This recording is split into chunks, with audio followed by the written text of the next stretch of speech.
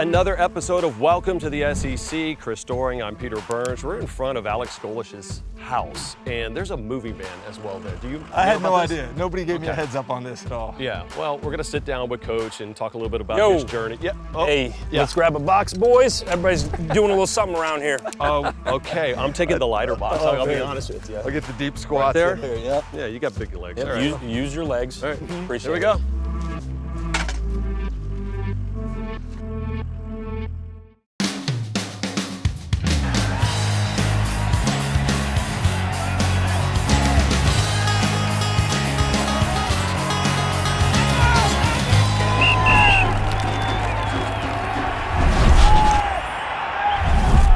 Not gonna lie, as much as I would help you move, especially during wood, I was told that we'd be fishing, so now I'm ready. Give me the whole breakdown of why this spot and why fishing's so big for you.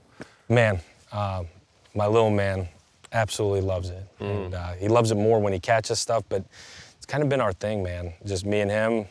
Sometimes I'll get the girls to come with us, but usually just me and him. So now we got a stock pond back here that hopefully we'll have a little luck today. A little different fishing, though. The saltwater fishing in Tampa, now you're adjusting to the freshwater. Yeah. Does he have a preference? Well, that's why we got these bobbers. I had to get on Amazon and get bobbers. In the saltwater, you didn't need the bobbers. So I promised him we'd still make it down there and get a little saltwater in. Live worms, let's have a little competition here. Let's do it.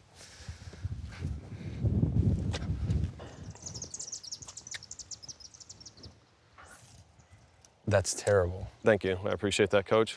Coach, let me ask you, we talked earlier, I told you this was my favorite visiting stadium to play in. You told me off camera that you hadn't been here before taking the job, is that right? Never been. What are you looking forward to the most about a game day Saturday in Jordan-Hare? I think just the very first one, probably the Tiger Walk. You know, we did one for the spring game, and you talk about being important here, man. There was 25, 30,000 people in the Tiger Walk for a spring game. And I'm excited to just kind of soak it in for a second, literally a second, and come into that thing packed out, kind of look around for a sec, be grateful for being in this situation, and then everything else will be shut off and it won't really matter. But I'm a college football purist in a lot of ways. Like there's a lot to be said about stadiums in this conference, and this is certainly one of the marquee ones. Do you care about what you wear on game day? do you pick that out yourself, or is it your wife dressing you, or what? Man, I really don't. You know, Superstition, any? Like you got to wear a certain thing or anything? We get hot, we're rolling. We're rolling with whatever we got hot with. Okay. Yeah. Fair. So superstitious a little bit. I've never really cared, man. And again, I spent so many years in the box that all of a sudden now I'm like, look at it, I'm like, man, does this make me look crazy fat? And then I'm like, who cares at this point? Like, there's nothing you could do at that moment. But I've always just worn a dry fit and some pants. I got Cody Burns, our associate head coach, who cares so much about how he looks and our shoe game. He's in charge of coach's attire. Took that off my plate. They talk about delegating, getting good at it. I delegated that out. Well, delegating the calling it fishing. I want to know more about the football life and the journey. So we struck out here early, but Man, we'll get back to it a little bit later. you know what? If we start feeding them next year, they'll be all over here. There you go. We'll look at the film and adjust. Coach, got a minute for a few more questions? I mean, moving. I don't think we signed up. Moving sucks. I mean, how's this whole process? Because you're in the thick of it. It's like first year at Auburn, but then you're also trying to figure out what box goes in what room in a new place. Yeah, it's my first time. Usually my wife is here and I'm at the office, and the move got moved up a day. My kids are finishing school today in Tampa, so they'll be here tonight, and all I know is the stuff better be in the right places when they get here, so I appreciate the help. Are you nervous about that? I mean, literally, you're trying to direct where things go from the perspective of where she would want it. I mean, that's So I got to give her credit. She did an elite job knowing this was coming, of labeling. So nervous, yes, because it's one thing to be in a pressure situation football-wise. It's another to get your butt ripped by your wife. So. But that's a real thing. That happens with spouses, right? That's a real husband thing. But this is our 7th move together And the first time I've been here for the truck arriving, I've actually done an elite job of hiding at the office while this is going on. I got to study some film, a recruit coming in, I'm in something along charge those of a lines. major organization. How can I just leave? I mean, Here we are. You walked us around the house, though. You guys bought it, which I assume she and the kids fell in love with the slide out here and everything else it had to offer. But you did a whole renovation. Was that her eye for the design and what she wanted to do? Yeah, 100% her. I'll be honest So with you. you're not an interior designer? That's not one of the hobbies? Or it doesn't matter at all to you? It absolutely doesn't matter. There was a couple of things I was in charge of. Got the sauna, my office kind of in charge of, and then the audio video. Had to get the right, make sure we had the right TVs, had the right setup out. You watching tape music-wise. here at the house, too? You know what? It's become so easy, man. Everything is on the cloud now. You used to download what you needed to download. Honestly, used to have a little mini travel server where you'd be able to literally have it back and forth. Now it's all in the cloud, so absolutely. So you had your things, right? Got to have the sauna right, got to have the audio visual right. Your wife designs it, looks amazing, but the kids have to have those things. What were the things that the kids talked to the dad? Like, we love this place because of this. Yeah, I would say the slide out back here. The pool's pretty neat. My son's absolutely hyped about the basketball hoop. I mean, that's a legit basketball hoop. I mean, that's not just like, hey, you just roll it out. I mean, that looked SEC quality. Like, It's the most SEC thing in this whole house is that basketball hoop. Are you a baller? I've been known to win a couple of knockout games. okay. Yeah. More of a shooter than an actual baller, huh? Defense, elite defense. Okay. Effort, attitude, defense. And All right. I could shoot, as long as nobody's in front of me, I can shoot from just about anywhere. See, that's interesting because you would think the offensive-minded coach and the shootouts that you have, you'd be more of a volume shooter as opposed to lockdown defense. But let's talk about that because you started on the defensive side. Like when I watch tape or I watch a game, I look immediately to the safeties. I'm looking at what, receiver pattern combinations you're going to have. How do you see the game? Literally from a defensive lens, I've always seen it that way. Very much of what is it that they're trying to do. I think so many offensive coaches I've been around, and some elite ones, there's this ever-going assumption that the defense never MAs or never screws up.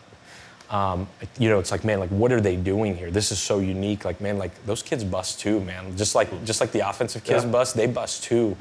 And I think I see it through that lens in so many ways that I feel like the first thing I try to figure out is what gives them problems. There's so much communication that goes on in the back end, and you play in this league, every environment on the road, the communication's harder and harder and harder. So what gives them a hard time?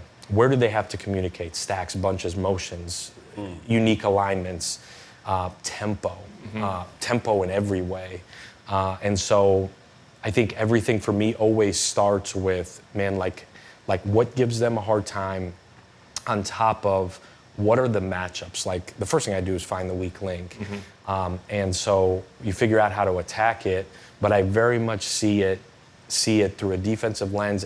And then I very much see that it's an offense's job to control the defense.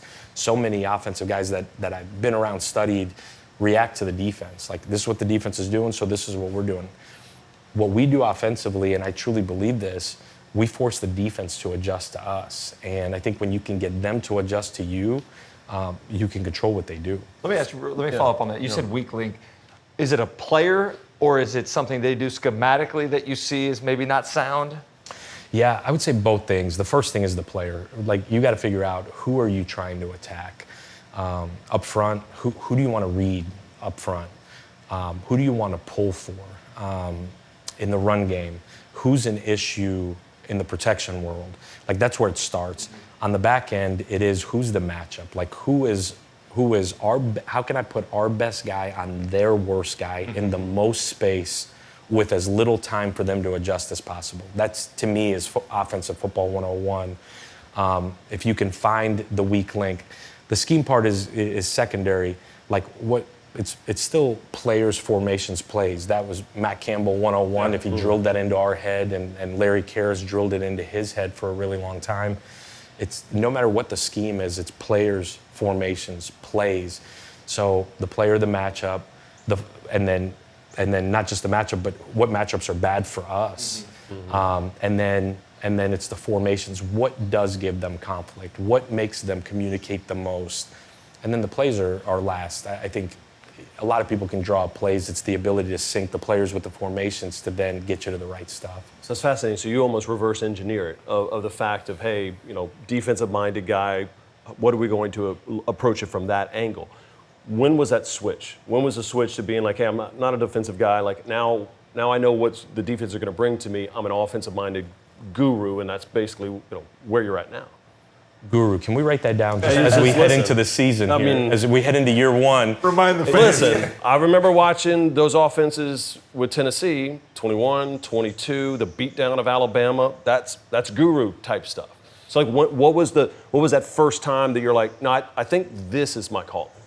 Yeah, so that story's funny. The defense to offense, I'll go back to Matt Campbell. We were at Toledo young. We were all crazy young. Myself, Jason Candle was in that room, Tommy Manning, we were Scott Satterfield. Yeah. And we were all young. And this was 2009. I got hired there to coach the DBs. I had worked with the DBs at Northern Illinois. I GA'd with Tim Beckman, who hired me at Toledo, at Oklahoma State. Coached the nickels there, so I get hired to coach the safeties. Tim Beckman's a defensive guy, secondary guy. I GA'd for him. I student coached for him, GA'd for him. It was probably going to be the worst job in the country to coach the secondary for him. But I was 23, 24, and we didn't have a running back coach. And Coach Beckman kept going round and round, running back coaches. And Matt Campbell and I were really good friends going into that. Jason Candle and I were really good friends going into that. And I'd known those guys since college. Matt's like, we should come over here, coach running backs. I'm like, bro, I don't know anything about running backs. No idea. And he's like, dude, you don't want to coach DBs over there with that guy, right? That's going to be crazy. I'm like, yeah, it's going to be literally the crazy. I don't know if I'll make it. And it kind of this went all the way up until 2 weeks before spring ball. We're in winter workouts. I'm meeting with the DB, the whole thing. Yeah. Still can't find a running back coach. Well, Coach Beck, DB guy, knew a million DB guys. Didn't know a single offensive guy outside of the guys that were sitting in that room. And Matt and I came up, I don't even know, he don't know this. Kind of came up with this deal of listen, we're going to talk to him about you going to offense. And that way he can hire a DB guy and I'll kind of take you under my wing. Man, okay. I'm just telling you, I know nothing about coaching running backs. Nothing. Have you ever played running back? No, hell no. Yeah. No. Played defense, had no idea. And now, I'm also man, it's the running backs. How hard can that be, right? Well, it's actually harder than I thought. But I'll give you the short version, the funniest story ever. So we convinced Coach Beck that I should go coach running backs. So I'm like, Matt, we start spring ball, I think 3 weeks. This is late February. I'm like, you got to help me here. Obviously, stand starts, alignment, reads, keys. I'm thinking, right, defense, it all starts with your stance, then it's your read, then, Yeah. He's like, all right, we'll sit down tonight. It's 10 p.m. We'll sit down tonight, and I'm like, all right, man, we got a lot. We're going to be here all night. No book, the whole deal, right? And he's like, all right, you ready? I'm like, all right, dude, let's from the top, act like I don't know nothing, and I'm thinking right, we're gonna start with inside zone, but protections. I know you better protect the quarterback. He's like, you ready? I'm like, ready. He's like, dude, are you locked in? I'm like, bro, I'm here, right? He's like, all right, ready. He's like, recruit one. I'm like, yeah, no shit. Recruit one. Recruit one. He's like, that's it. He's like, and then don't jack him up. That was it. No lie. And I'm like, dude, are you serious? He's like, yeah, dude, just recruit one. When I tell you, maybe the best advice I ever got. That's applied to all positions probably in a way, right? For sure, specifically that one, right? So, man, we did it. So you're thinking it's just a matter of, man, I got to learn this, I got to learn that, a process-driven, because you've been a process-driven guy, but it's sometimes there can be paralysis by analysis as well, too. Just get the right guys to do it. Now, I will tell you this, fast forward 20 years, I've been around some really, really good running back coaches and some bad ones. it's not true. We got Larry Porter here, who I'm learning every day from that guy how to be an elite running back coach. Like, there's obviously way more that goes into it, but man, oh man, like that was the best advice I ever got. Because the elite ones, like when we had David Fluellen there, we had Dave Montgomery at Iowa State together, we had Brees Hall. Like, you're a way better coach when you got them cats. Yeah. So that part is true. Well, I saw you do it last year in the Swamp. You go in there, especially in the fourth quarter. You guys won that game because you were the more physical team. Your quarterback was more physical, finishing runs, and everybody thinks about the passing yards and everything else. But at your core, your offense is designed about being the more physical team, right? There's no doubt, and it starts with the run game. But I think in every aspect of what we do, it's a mentality. Like, especially at when you get to this level, where these dudes are all highly, highly, highly athletic, all have elite skill sets. Like, what is the difference? Like you bring up the Florida game a year ago, like matchup for matchup across the board, it's a terrible, terrible matchup, except for our quarterback. Like, he looks like one of them. Certain guys on the offensive line look like their guys. And 1 to 1.5 of the matchups on the perimeter look like their guys. Well, one, if you play harder than them, you got a shot. But two, let's just figure those matchups out. So in that game, it happened to be Byron was going to be the guy that was going to have to carry the load. And if we could put him one-on-one, because he is matchup size-wise the same as what we saw, if we could put him one-on-one, as long as he wins more than half the battles, we'll be all right. And like the end of that game, especially where it went from a 2-minute drill to a 4-minute drill in one drive, like, it was going to be him. We were going to hang it on him. He was going to be the only one that carries the ball. But as long as you have enough of those guys that can match up, that's where you're going to be able to find it. But it does, like the only chance we were going to have in that game is if we can establish a run game. And there were certain matchups that were not going to be good for us. So we just didn't use those. We just used the ones that were going to be good. When you start playing football and you evolve into, I guess you moved from Moscow to Brooklyn to Dublin, Ohio, is that right? I mean, you're moving around. Traditional path of life. Yeah, I mean, some of it had to do with being able to give you an opportunity to play football, right? You moved to Dublin and all, but like moving around like that, showing up, wearing a jersey, feeling uncomfortable, did that get you comfortable with being uncomfortable? Because I think about my life, my parents still live in the same house that I was born into. I'm in my same house for 20 years. I have an aversion to change. And yet in the coaching world, you have to move. You talked about 7 moves that you and your wife have had. I mean, did that set the path for being comfortable and having to do what you do now? I think in every way. My wife always jokes with me. She's like, dude, you can talk to anybody. Like, you can relate to anybody. I think that's what's given me a chance, not just recruiting, but being on staffs and being able to relate. And the guys here will joke, like, man, like, I'll meet a family and they'll be like, where are you from today? Like, because there are times I'm like, man, I grew up in Brooklyn. And then there's times like, man, my family immigrated here, which is all true. And there's times where we're recruiting a kid from the Midwest. I'm like, man, I'm from Ohio. Like, I'm as Midwest as they come. But it's all authentically real.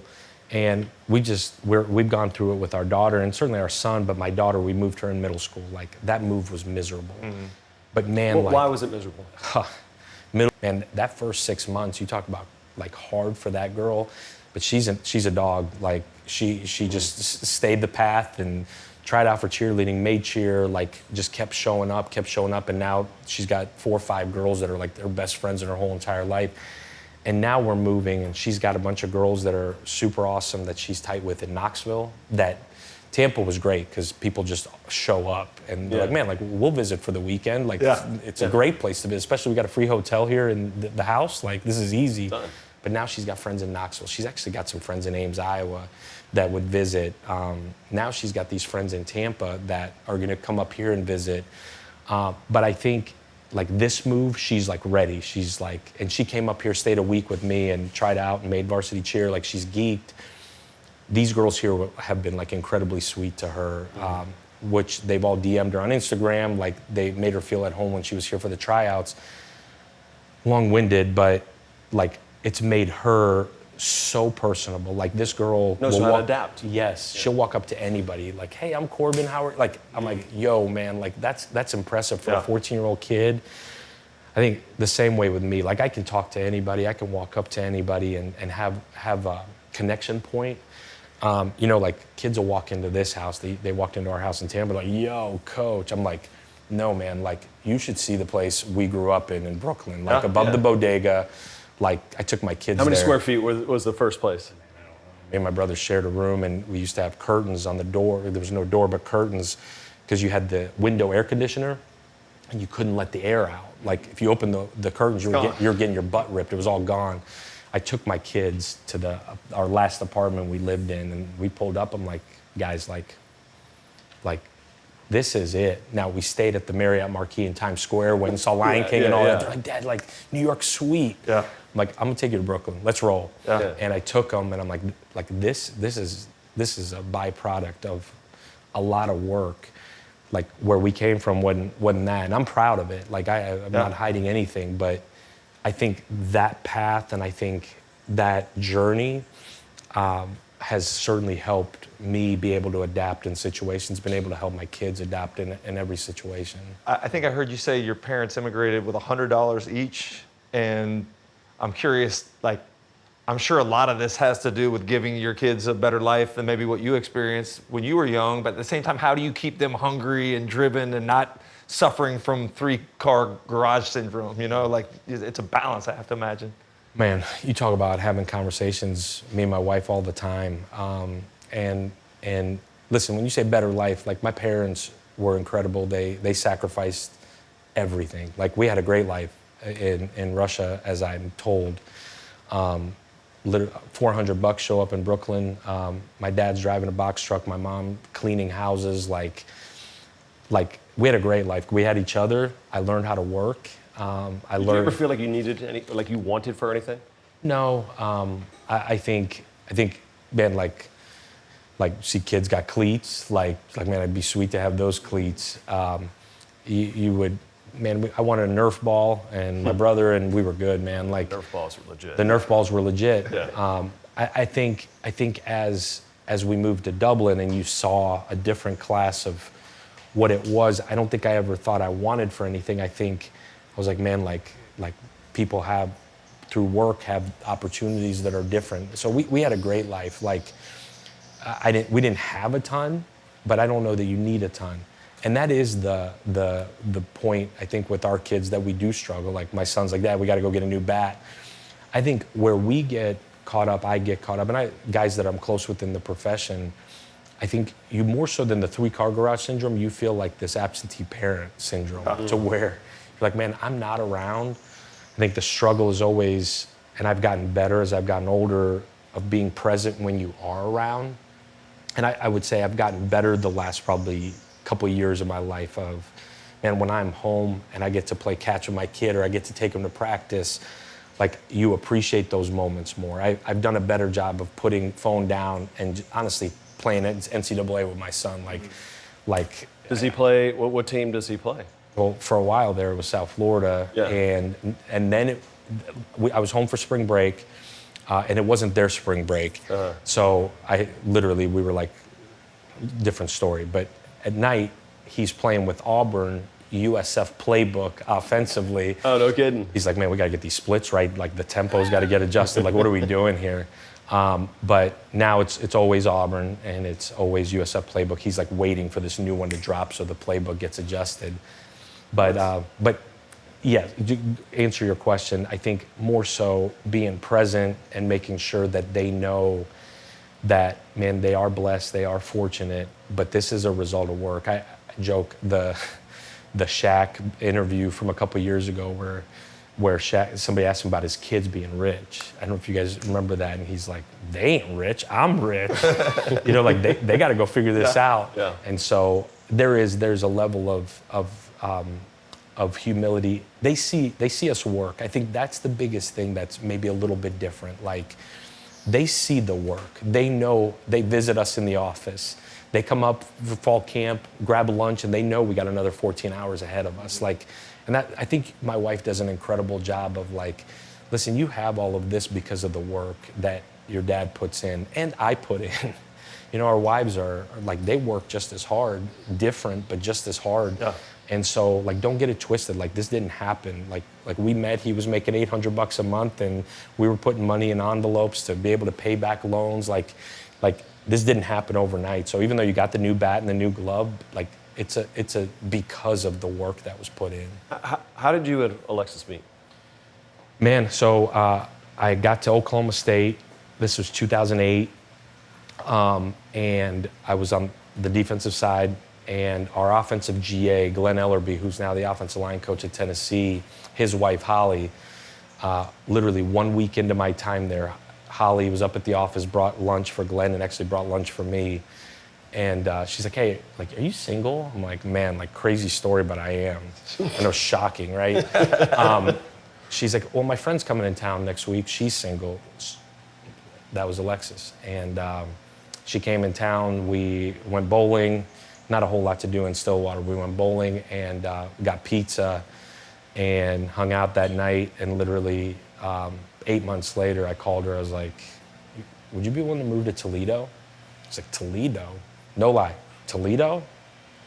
I'm like, yeah. She's like, is that D1? She grew up in Northwest Arkansas. Like, the only thing she knew was SEC football. Yeah. And her dad, the only thing he knew was Southwest Conference into SEC old school, football. Yeah. And she's like, is that Division I? I'm like, it is. No lie. She had this globe. We still have it. It was like one of those globes you get at like Pier 1, like spinning. Yeah. She's like, hold on. She like looks. She's like, Toledo. She's like, that's on a Great Lake. I'm like, yeah, like in the biggest southern drawl, She's like, that's on a Great Lake. I'm like, yeah, babe. Like, it's literally on Lake Erie. She's like, oh my God, how cold is it? I'm like, nah, it's nice. It's got to be nice, right? It's perfect. And she moved. She made the move. And about a year later, we got engaged. But like, zero chance I thought she was leaving. Like, so it must have been she fell in love or saw earning potential. I don't know. I know this. I was making $800 a month, and then I was making 52 grand. So I don't know. It was not earning potential at the time, I promise you. But that's how we met. I give Holly a lot of credit, and then Glenn and I got to work together at UCF. We got to work together at Tennessee, so they were back together for the first time. And so Glenn's still like family, Holly's still like family. You mentioned that your kids are born into this life. They don't know any different. They don't have a choice. Alexis accepted this life to be a coach's wife. Like, what are good qualities and characteristics of a coach's wife, and particularly at a big institution like this at Auburn? Yeah, it's funny you say that. Like, she would tell you I'm not a coach's wife. She would tell you I'm a dietitian, I'm a mom. I think women that are married to coaches they got a special place in heaven. They really do, because they got to be super independent. They kind of got to have their own life and their own path and their own goals and aspirations. But I think my wife will always correct you. She's like, my identity is not that. And she's a rock star. She is, I can't tell you how many wedding showers, baby showers she'll have. She'll always make sure that the moms that they got little ones are taken care of on game day. She very much is nurturing and caretaking of a lot of people, but she's also not the one that's ever going to be in front to make sure everybody knows she's doing that. She's never like honestly, the biggest conversation we had coming here was, I'm like, babe, are you like ready for what this is? Like, this is different. The greatest thing. It's not Toledo. Yeah. It's not Toledo, and being in Tampa, the greatest thing about being in Tampa, there's a lot of great things. It's a great place, but like, you kind of can do your own deal. Like there's so much going on. You got the Bucks, you got the Rays, you got the Lightning. There's so many former big time athletes that live there. Like, you're kind of like I've sat at Meat Market, and there's Gronk and Brock Lesnar, and you're just kind of like, I'm like, man, I'm like the most worthless dude in this place, But probably the hardest thing about being in Auburn is, and we experienced it in Knoxville, like it's you are the pro sport. That's the coolest thing about coaching in this state. There's 2 pro teams, and neither of them are pro teams. And like, are you ready for this? She's like, I'm ready to continue to be a great mom and continue to be support you and continue. I mean, she still works. She still consults as a dietitian, flies back to Arkansas once a month, and she'll tell you she buys Christmas presents. She's like, that's my money. Just so you know, I bought that. I'm like, so the other money? She's like, that's our money. Like, this came with my money. Where's my money? But she takes so much pride in it. Like, she works her tail off. She really does. Like, and she's involved in a lot. Like in Tampa, she was on the board at Young Life. She's passionate about that. She's passionate about a lot of things. And she does. She makes sure I'm good. But there have been times where I've called, been like, hey, babe, can you run me up a polo? Or like, she's like, hey, dude, like I'm in the middle of my day.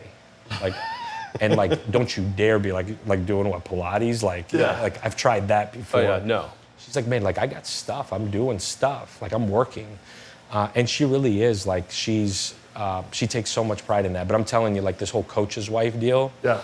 She's like, I'm married to a coach. My identity is not that. Even though like our players, like her coolest relationships are with the players' parents and the coaches' wives. But she will never be in the forefront. It's never going to be about her. And matter of fact, like she'll make it very, very well known that you remain humble. I'm telling you, she's like zero impressed by me, the profession, all of it. Like when I get home, it's like, we talk and we got an incredible relationship, but she'll be like, hey dude, it's Tuesday, the trash is still there. And like you have responsibilities, like the grill's gotta be this, trash has gotta go out. I've had trash responsibility for years. And if I ever forget, I'm getting a text in the morning like, dude, I don't care what you're ranked. I don't care who ESPN said you were. Take the trash out like I told you to. Yes, ma'am. Well, let's go back to that, though, because you can say whatever you want about being married to a coach, but she has her own life. At the end of the day, she's moved multiple times with you because of your job. There were rumors of you at one point going to Arkansas. She's a Northwest Arkansas girl. Coach Summerall's married to an Auburn grad. That rumors that he was going to be here. Like, what were those discussions like with her about the possibility of maybe returning to where she was from, or conversations with Coach Summerall? As I know, you guys are probably the closest of the 6 new coaches in the league. I mean, I imagine that you guys will always be, thought of together coming in this unprecedented coaching cycle. Yeah, man. You know what? I joke about this every now and again. At some point, if there's any sort of relevance that comes out of this, they should make a documentary about that time, because it would be fascinating. Those conversations, the calls with John, like there's at some point, we'll sit maybe with you guys somewhere, hopefully on a beach in the Bahamas, and have these conversations, and we'll sell it. Yeah, we're in. And I tried when we got here, a week into my job here, I asked our AD, I'm like, can we monetize what's going on right now? Because this would be crazy. Yeah. He's like, actually, like the rights have been sold. But like, I don't know. It was wild. It was totally wild. I will say this. My wife Lex had never, ever in our entire time said, we should do this or we should do that. And I think because in so many ways she doesn't want to be responsible for it going the other way. But I will say this, the biggest thing she said was like, dude, make a decision. You are gonna go crush it. Like a little bit emotional talking about, she's like, you're gonna crush it wherever you've been. You've crushed it everywhere you've been because you're gonna outwork people. You're gonna do it the right way. So do whatever you think is best for our family. And it had nothing to do with money. It had nothing to do with location. It had everything. Did you write down like, okay, I got a spreadsheet, pros, and these are the things that I love about Auburn and why I want to take this job. Like, what was that process of why this was I could lie to you home? and told you there was like a pros and cons list. Yeah. There was a lot of conversations of what's important, and those conversations happen with your agent and. Like our agent, we're fortunate. We've got an incredible one in Clint Dowdle that I've known Clint since I was at Toledo. He was the DFO of Bowling Green. And Clint's become a friend, like truly a friend in such a way that like he doesn't care, like he didn't care where we ended up. Matter of fact, there was so many conversations about we're just gonna stay here at South Florida. Like we were happy. And that's an incredible place with incredible leadership and incredible support now. Like and he's like, cool, like, great, if that's what's best for you and your family. And that's where I give him a lot of credit. The only way he ever guided it was, hey, if you don't do this, are you going to regret it? And everything kept winding back to what we started the process with was, where can you be the most successful long term? And take location out of it. Where can you be successful long term? The one thing my wife did say, and was very, very adamant, was, I am staying in this circle. And she drew a circle, and we'll leave it that up to her and I, but that circle didn't go very far north of this little 4 or 5 state area. Because I dragged her across the Midwest for a long time. And we met some of the most incredible people in our lives in the Midwest. But you do a couple winters in Ames, Iowa, and it changes you. It changes you, like, mentally. I never thought it would, but it does. It changes your outlook. And try doing it with little kids and 2 dogs, and you can't go outside for 6 months a year. Like, it's a different deal. And I think going to UCF was a wake-up call for us. Like, man, like, people live like this year-round. Sunshine and Well, and your kids play outside year-round. Like, my son has played baseball year-round for the last 6 years. You're playing flag football year-round, now tackle football year-round. Like, it is different. Like, where you sit and the sun's shining, you got pool, and it's a totally different mental state that you're in. Would it have been awesome to be close to our family? I'm sure it would. We've never lived close to family, to either one of our families. That's why this whole coach's wife thing's real, in the sense of, like, you have to be independent and you can't rely on other people. And they are different. Like she's an absolute dog. Like, she's the moves, she packed that thing by herself. This is the 7th time she's done it. And there's some touch and go moments, but I think there was several times it was said that this is the last one. Figure it out. You better win, because I ain't doing this again. But I think that whole conversation between Clint and her and myself was, where can we go and have the most success long term? And I think being in this long enough, you know what you needed for that to happen. And it's not like crazy. It's top down alignment, where the messaging was going to be the same, a true commitment. And that's financial, but that's also a commitment to being able to adjust and do it your way, and a commitment to a staff, a commitment to a roster, an overall budget to be able to do it the right way. And listen, like everybody knows what Auburn is and has been. And it's been 5 years of losing seasons, but those same 5 years was 88,000 sold out at Jordan-Hare every game. It's the same in basketball. It's the same in baseball. And the more people you talk to, and I had one of my closest friends in the professions, Cody Burns, who I had as good of a reference point down the hallway. I've worked with several guys that played here, been here, that every one of them said the same thing, man, like, that place is different. That place is unique. And so I go back to the conversation I had with my wife in the middle of the night. It was 3 a.m. I'm like, are you ready? Like, do you want to do this? Like literally, to where, I mean, you saw it out there, like moving trucks here, half the neighborhood's out there wants to talk. Everywhere you go, people know who you are. Like, are you, like, is that what you want? She's like, I didn't sign up for any of this. Like, I want you to go have whatever success you feel like we can have. I'll handle the rest. Again, I get emotional thinking about it, because they're the ones that sacrifice. It's a sacrifice, man. Man, like literally, I go to the office and I come here. I don't do anything else.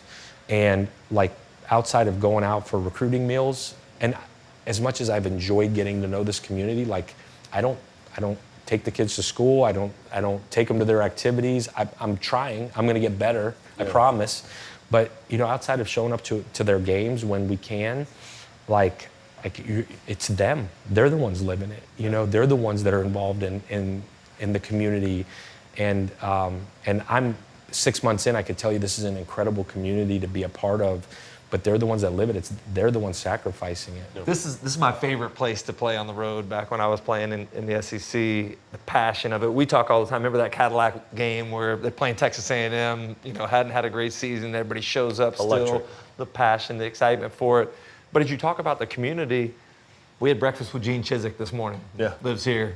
You look at some of the other coaches that have come Gus back. Malzahn's Gus Malzahn's back here. Like, there is something special about the community that has drawn people to want to retire here and just never move again. And so I think it is a really special place.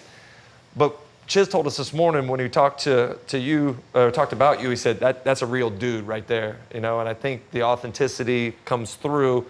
Did you connect to the Wi-Fi? Oh, I have not connected The to Wi-Fi here at the Golesh house is be who you say you are.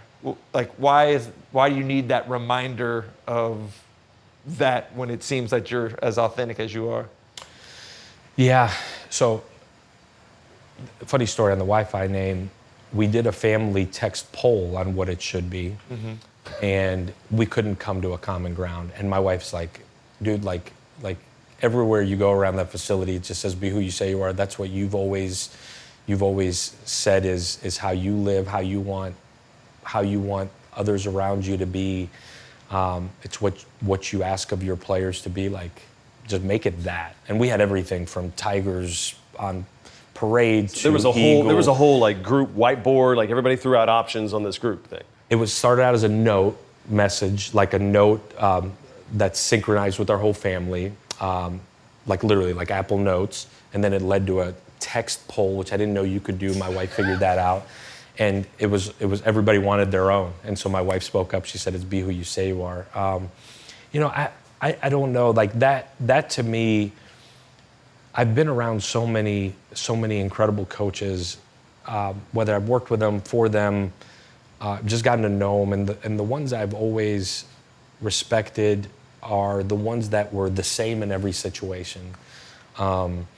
Whether it was the fourth quarter I think of Coach Tress in the fourth quarter of the Ohio State-Michigan game. Last drive of the game, this was 2005. And if you could be on that headset, you're like, he's like, guys, I got it. And it marched us down the field, and you win. And Sunday, it's the same dude that it was in the fourth quarter on the last drive. So many people that I've come across that literally their entire time that you're around them, they're the same person. Heated situations, not heated situations, and I've always thought, man, like under pressure, the true authentic who you really are comes out. And Players can feel that too. man, players are really smart. They've always been really smart. I think they're even smarter now.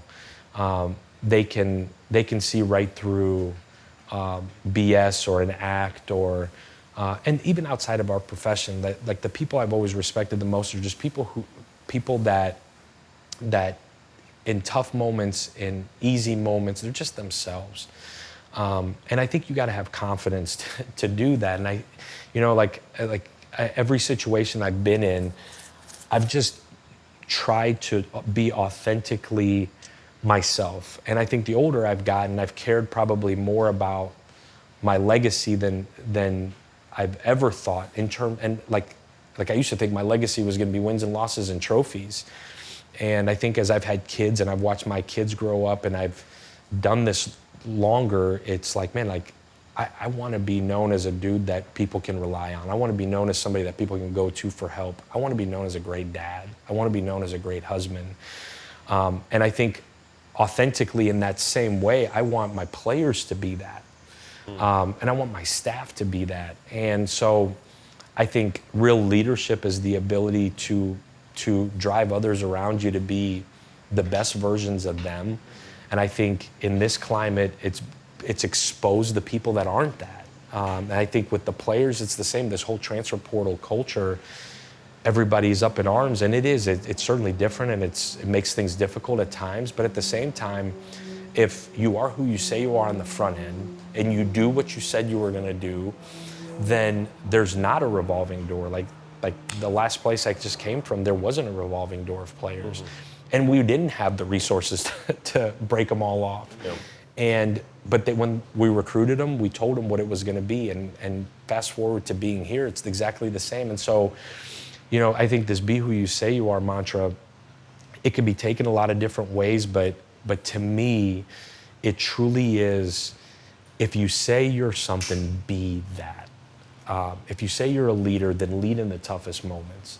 If you say you wanna be the best tight end in the SEC, then I'm going to give you every resource to be that, but I'm also going to demand that you live to the standard that you just said you want to live to. Yeah. And the sense of accountability, like if you say you are something or somebody, then just be the best version of that every single day. That's our coaches, that's our players, and that's our support staff, that's everybody. And I think when you can hold yourself accountable to that, everything else just kind of falls into place. Which one of the coaches right now calls you in 15 minutes and says, hey, Alex, I'm moving. Come help me move for a day. Who are you helping move? Like on our staff? No. I'm just talking about in college. What other college football coach, either they're in the SEC or anywhere, would I help calls move? you up and says, I need you to come over here, and I'm literally getting boxes. Or what you're who would doing you right call now. to come help you out too? Vice Yeah, versa. I would come help Kenny Dillingham. Okay. And Kenny lived with his parents for a while, couldn't find a house, so he finally is in a house. But I'd help Kenny. Who else would I help? I'd help Hype. Josh Heupel. Yeah, I'd help Hype. He would help me, I think. I don't know, I'll ask him in Destin, like, would you help me? Is that the closest of all the SEC coaches that you have just because of the time spent there? Or is there another connection throughout the coaching tree that you just, like, that's my guy? Matt Campbell's got to be on that list, right? Yeah, Matt. Yeah, for sure. Matt he wouldn't ask me for help. He would make his wife do it. He wouldn't help her either. He would help me if I asked him, I think. I mean, I wouldn't help him. You wouldn't? No, That's messed up. No, vice versa. I would help Sumrall, but Sumrall's ego's too big to ask me for help. He showed us the pictures of him actually moving stuff. You know, he had his hands There's dirty. zero chance. Yeah. But I think he would help me. But I'm humble enough that I would ask for help. I'd probably say there's a couple guys in this league that I think would help me. Like Elko would help me. Mm-hmm. Elko? Yeah. What's that? Yeah, I would. He don't need my help. He got oil money down there. He's good. They got plenty of movers. No, I'd be curious if Lane would help me. I'll ask him next week. Yeah. I don't think Lane's much of a mover. I got to be honest with you. I think he outsources might go to that. Pilates with Does he you. outsource? I think he probably outsources. Let me ask you though, you know, with the Heupel thing, not only at Tennessee but at UCF, you know, going back to your days. I'd help Leb. Yeah, Jeff Lebby. Yeah, and Leb would help me. I forgot about Leb. But I love the development of offense and your style. And when you were at Iowa State, I heard you talking about looking at what Baylor was doing and Coach Bryles. Like, a lot of that was self-taught, though, right? In the coaching profession, sometimes you're leaning on guys. Hey, why are you guys doing this? But you actually watched it and taught yourself a lot of what they were doing. Is that right? You know, we did as a staff. I give Matt a lot of credit there because Matt's whole thing there was how can we be different? Like we're at Iowa State, and I talked about that the first time we connected here. Like, we're at Iowa State. It's going to be a challenge to truly get players here initially until we get going, right? There's not a ton in that state. There's not a ton in the surrounding states, and we were taking over a program that hadn't had a lot of success. And so it was going to take a second to get the talent. Like, so how can we be different? Well, who was more different in the Big 12 at the time and having elite levels of success than Baylor? Mm-hmm. And again, I was at Oklahoma State in 2008 at the beginning of that Baylor, that our Bryles time, and I saw the elementary phases of that offense from the defensive side. We played those guys in Stillwater. I still remember like it was yesterday, and it was like, why are the splits like this? And like a lot of teams were no huddle, but I'm like, how do we get calls in? Like, this is wild, you know? And this was at the same time as Mike Leach was rolling at Texas Tech, and that was different. But I give Matt a lot of credit on, man, like, we got to be different. And then you turn that on, and you're like, hey, you know, these receivers run like all of them ran 10-3 and under. Like, just so, like, I don't know if we got any of these guys over there in Waterloo or not, but like, I don't know where they got these cats. They got them at the state track meet in Texas where they came from. But ultimately, what we got out of that was they were different. Elements of tempo, which we incorporated. Where they got really, really good, as much as the receivers were elite and they had some high-level quarterbacks come through, Where they were different is when that O-line got really good. And that's the part that I think maybe is undersold a lot. They got different when they ran the ball better than everybody else. Mm-hmm. And they started having draft picks at tackle at Baylor back to back to back. And so if we got anything out of that it was like get really good on the O-line. And we took a lot of the pass game elements, but we took a lot of the tempo elements. But at that time, they weren't letting anybody listen or weren't letting anybody come in there, and certainly weren't going to let anybody in that league come in there. So it was a lot of, we watched 2010 to 11 to 12 to 13 and saw that progression. Again, you were in a league with Oklahoma and Texas, and they kept winning it. And Texas Tech was different. Obviously, air raid and at its purest. And so you studied that too, and you're like, man, like simple, yet the quarterback always knows where to get with the ball. Mm-hmm. And these wide splits on the O-line, nobody can get pressures home. Like, that was a different study. We were, like I was coming from the Big Ten, Matt was coming from the MAC. Like, none of us had ever seen any of that. And so forcing ourselves to study that, and then when that staff got let go at Baylor, literally, first phone call was Jeff Lebby, like, Leb, come up here, hang with us. Like, nobody would let us in there, but come up. Like, you got a little bit of time here, come hang with us. I give Leb came up and spent time with us, and I don't know if they gave us every secret, but he was certainly wide open. And then fast forward, 4 years, and 5 years almost, and 4 years. And I take over for him at UCF when he left, and here I am now knee deep in it. And I felt like I knew a lot of it. Hype certainly evolved in a huge way there. And made it his own, and then we were able to continue to evolve in it. So, Coach, I'd say one of the biggest splash games that I can remember of the culmination of all that was the game we talked about earlier, that 22 Tennessee-Alabama game where you had their defense completely in a blender. You did everything you said. You wanted to dictate how they were reacting to you. As you're building that game plan, how confident are you that it was going to play out exactly the way that it did?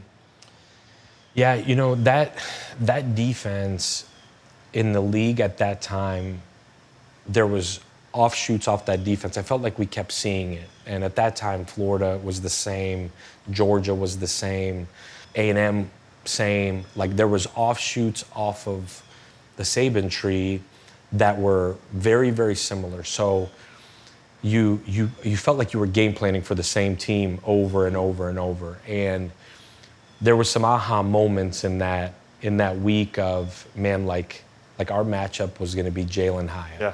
And we were going to try to get him on the same safety over and over and over again. And we had essentially probably 12 different ways where you're like, man, if I hit half of these, we were in a good spot. I never in my right mind thought there was going to be 5 of them for touchdowns. Like it all just kind of came together, and that game, like in terms of fun, you're in the box and you're watching and you're like, all right, they're going to adjust like this and here's my counter. They're going to adjust like this and here's my counter. That's what's unique about sitting in the box. It's almost like you watch the defense as you're calling the offense, and chess game. It is, and you're like, man, like they're going to adjust like this and then they do, and you're going to adjust like this and then they do. And you have, I think, a year and a half into my time there, you're like, I got the counter. And then we got down 14, and in the fourth, and it was like, man, like he's going to think we're going to chuck this joker every snap. Like it was, and went to dime, and I'm like, all right, like you be disciplined. You just be disciplined. They go to dime, you run the ball. And you're sitting here talking to yourself. Mm-hmm. And we just kept running the ball. And we ran counter down the field, kept them in dime the whole time, made it a 7-point game. And now it's like, all right, now you just go right back to where your matchup. And I think it was a culmination of figuring out, man, like you have the counter to their counter, and you had the guy to go truly one-on-one. And there's a bunch of guys that did it. Certainly offensively, but the one matchup you thought you had and they didn't have an answer for, you were able to expose. Real quick, though, in terms of play calling, you could be great offensive mind during the week game planning, but there's an art to being a play caller in the moment. Like, who was the biggest influence on you becoming a great play caller? And was there a moment where you realized that, man, I'm actually pretty good at doing this in game? Yeah, I would tell you, Coach Hype. Hype, and I give him a lot of credit. I have public, I feel like maybe too much. We recruit against these cats all the time. But I'm always going to give credit where credit is due. Like Josh, through the UCF time, the process he forced you to have throughout the week was unlike anything I've ever been a part of, meaning it was checklist item 1 to checklist 2 to checklist 3 to checklist 4. And even going to the Tennessee time, the conversations we would have just sitting there of this situation, what are you doing? This situation, what are you doing? This situation, what are you doing? And it forced you to build your process through his questions. Down to, man, like I give you an example, like tight zone. So much of it is left hash, right hash based. Where's the guys? What are they gonna do? And what's your counter to what they're gonna do? But like, I remember a phone call, it was a late game Saturday, and I don't even remember what game it was. I wanna say maybe Missouri. And he calls, I'm in my hotel working through mock games in my office. Mm-hmm. He calls and is like, middle of the field, 4-yard line, 3rd and 4. I'm like, man, like that hadn't come up in my mock games. I got my 3rd and medium call on the 4. Like that's been game planned over and over again, but it was a boot only in that case, only wanted a boot to the right. And that's a critical situation, expecting pressure. You got to be able to get rid of the ball quick. Like, I'm only going to do it to the right. Well, middle of the field, we were going to run out of space. I had my right hash call, but I didn't want to, like on the game plan, it was left hash or middle of the field. We were going to go with this boot, but truthfully, it wasn't going to be enough space. Anyways, as he's going through his process, he's like, you don't have an answer. But it wasn't like, it wasn't a gotcha moment. It wasn't like just you're an hey, idiot. No, he's we're like, working through this together. I just came up like, man, I think we're jacked. 3 minutes later, I had my middle of the field call, 3rd and 4 on the 4. And to be honest with you, it didn't come up in the game, but gosh darn it, right to my process checklist, middle of the field, you better have a middle of the field call inside the 10. We had middle of the field calls everywhere else in the field. But I didn't have one in this case, inside the 5, 3rd down. Just didn't have one. A lot of time it's your 2-point play. That wasn't going to work because 2-point play, we had the hash we wanted. It was only going to be run one way. Yeah. And it's just one example. They came up all the time of, did you think of this? Did you think of that? Or sometimes he'd walk in and be like, man, they're going to play yard stack. But even if it doesn't come up, it gives you, it's like going to take a test that you studied for. You're so prepared, the confidence that you have knowing that you've covered all those bases, right? That's where the confidence comes. The confidence all comes from preparation. Yeah. And I know that's cliche, like you tell the players that all the time. Yeah. As a play caller, the way he taught to do the mock games, and like by the time you get to the game, you had called 8 of them, sometimes 9 games. Mm-hmm. Like I'm telling you, and it was easy sitting in the box. I say easy. It was easier sitting in the box because you're dictating the flow of it. Certainly different on the field, and but up there, like the ability to have poise. You've been there. You've done that. It's like, and I'm not saying you've been there. You've done that for years. I'm saying you've been there. You've done that week over and over and over. That you are. It is like playing chess, but in truth, it's you and the guy across the sideline. And if it looks like what I thought it was going to look like, let's roll. Yeah. It's when it doesn't look like what you thought it was going to look like, the ability to adjust. And that's where I say he forced you to have answers for everything. And I think I grew so tremendously in my time there because not just as a play caller, as a head coach, like the checklists that I have, that we came up with, my week is down to the minute. Of how it's going to go, with the understanding that sometimes things will throw you off a little bit, and having the poise to not care. Favorite Alex Golesh play call that still is seared in your mind, where you're just so proud of that moment. You're like, as a core of an offensive play caller, this is something that I want to have on my tombstone. I would probably go that drive, 22 Alabama down 14.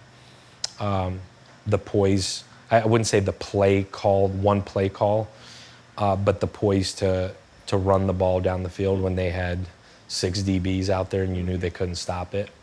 And the poise to just do it over and over and over, and the patience to not get greedy and say, man, we're down 14, it's Alabama, we hadn't beat them in 16 years. Like just the poise to just keep going and having the poise to run it and run it and run it. Say from a single play call, man, I don't know. I don't know that anything for me has been cooler than that in terms of the poise to do it. There have been some really cool play designs and you know, trick plays and fun stuff, but I would say that drive to me was probably was in a lot of ways a culmination of a lot of just having the discipline and the poise to do it, because I could tell you a younger me would not. It'd be like, man, we got to chuck this joker every play. What's the play called, the series that still haunts you at night? South Florida, year 1 against Alabama. Was that in the rain with Saban? It was. Yeah. 3-3 game at half. We get into the end of the third quarter and we're driving. Now, mind you, we were in the red zone 5 times. We scored 3 points the whole game.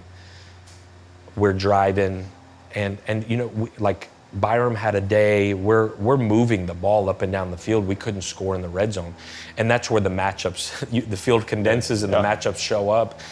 And again, it's year 1. It's my 3rd game as a head coach. Like, you have no idea what's about to happen. It's Nick Saban on the opposite side. And it's the best to ever do it across from you, and it's at home, and it's packed, and you're like, man, it's 2nd down, and we're moving the ball. We're on the plus 36, and I call switch verticals, like greedy. I want to say 2nd and 6. You run the ball, you keep it moving, you don't put the quarterback's a redshirt freshman.